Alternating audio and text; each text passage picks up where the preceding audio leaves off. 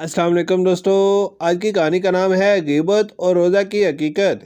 ایک دن نبی کریم صلی اللہ علیہ وسلم نے صحابہ کرام رضی اللہ تعالیٰ عنہ کو روزہ رکھنے کا حکم دیا اور فرمایا کہ کوئی بھی اس وقت تک افطار نہ کرے جب تک میں اجازت نہ دوں۔ سب نے حکم کی تعمیل کی۔ شام ہوئی تو لوگ باری باری حاضر ہو کر عرض کرنے لگے، یا رسول اللہ صلی اللہ علیہ وسلم، اگر آپ اجازت دیں تو میں افطار کر لوں۔ آپ صلی اللہ علیہ وسلم ہر ایک کو اجازت دیتے گئے۔ آخر کار ایک شخص حاضر ہوا اور عرض کیا، یا رسول اللہ صلی اللہ علیہ وسلم، آپ صلی اللہ علیہ وسلم کے گھرانے کی 2 لڑکیاں روزے سے ہیں، وہ حیا کی وجہ سے خود حاضر نہیں ہو رہی، آپ انہیں افطار کی اجازت عطا فرما دیں۔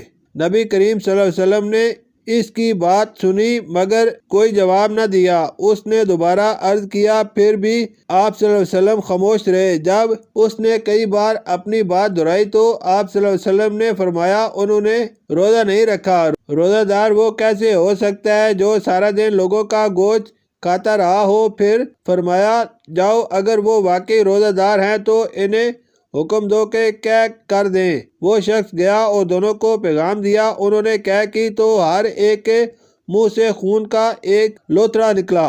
جب اس نے واپس آ کر ساری بات عرض کی تو نبی کریم صلی اللہ علیہ وسلم نے فرمایا، قسم ہے اس ذات کی جس کے قبضے میں میری جان ہے، اگر یہ ان کے پیٹ میں رہتا تو آگ ان دونوں کو کھا جاتی۔ یہ واقعہ ہمیں یاد دلاتا ہے کہ روزہ صرف بھوکا اور پیاسا رہنے کا نام نہیں بلکہ زبان، دل اور کردار کو بھی گناہوں سے بچانا اصل روزہ ہے۔ غیبت صرف الفاظ نہیں بلکہ ایمان کو زخمی کرنے والا عمل ہے۔